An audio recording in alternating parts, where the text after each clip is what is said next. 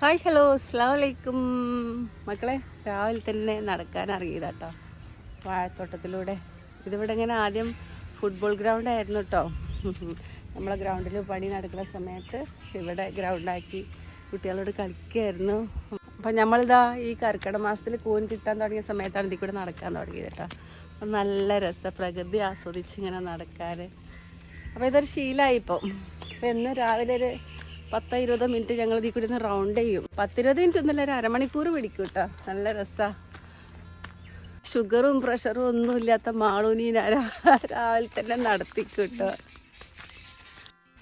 അപ്പം നമ്മളിവിടെ ആദ്യം ഇവിടെ ചക്കടാൻ വരുന്ന സമയത്ത് ഈ വാഴ അങ്ങനെ വെച്ചിട്ടുണ്ടായിരുന്നുള്ളൂ കേട്ടോ, വലുതായി വരുന്നുണ്ടായിരുന്നുള്ളൂ.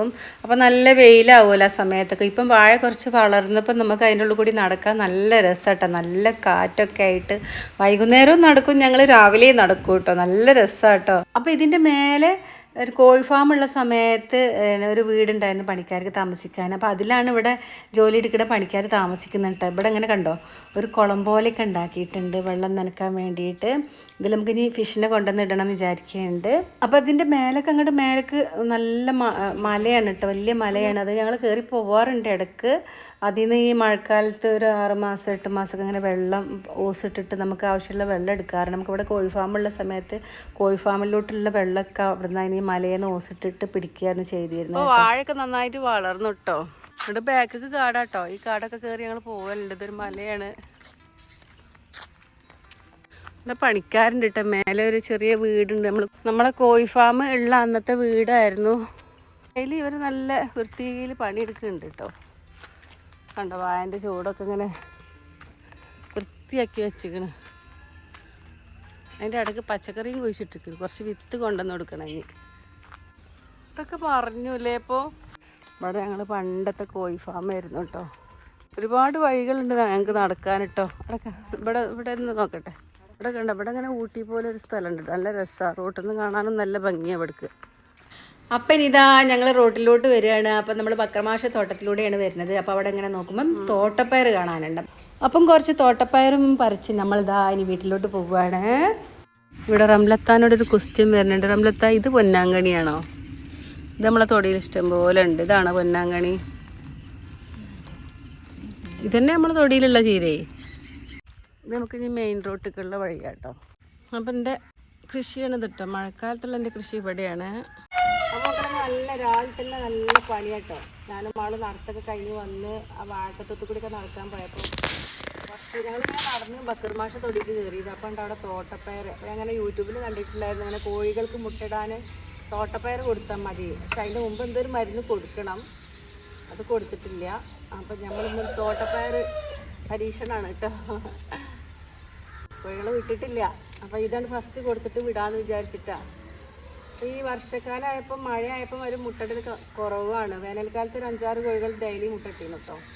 ഒറ്റ ഇടില്ല.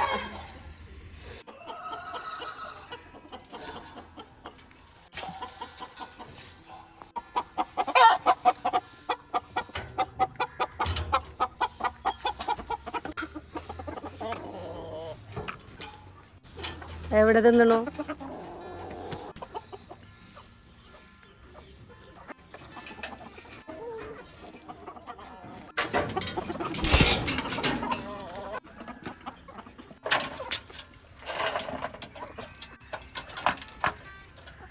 ഇല ഇല്ലാത്ത സമയത്താണെങ്കിൽ ഒരു തിന്നിന്നു അല്ലേ. തുറന്നാളല്ല. അപ്പം എന്താ ചെയ്യാ? എന്നാ ഇത് കൊണ്ടേ ഉണ്ടാക്കോല് ഈ പുല്ല് തിന്നണുണ്ട്.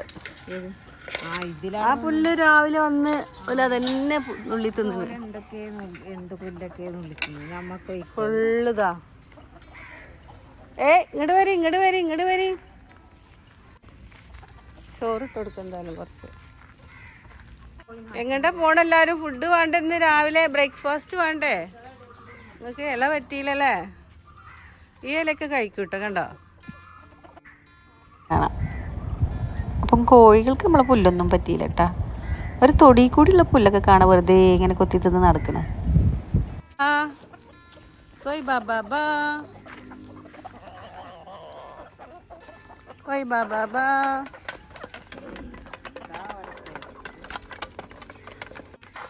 അപ്പോൾ എൻ്റെ ഇന്നത്തെ വീഡിയോയുടെ അവസാനിക്കുകയാണ്. ഇനി അടുത്ത നല്ല അടിപൊളി വീഡിയോ ആയിട്ട് വീണ്ടും വരാം. Okay, thank you.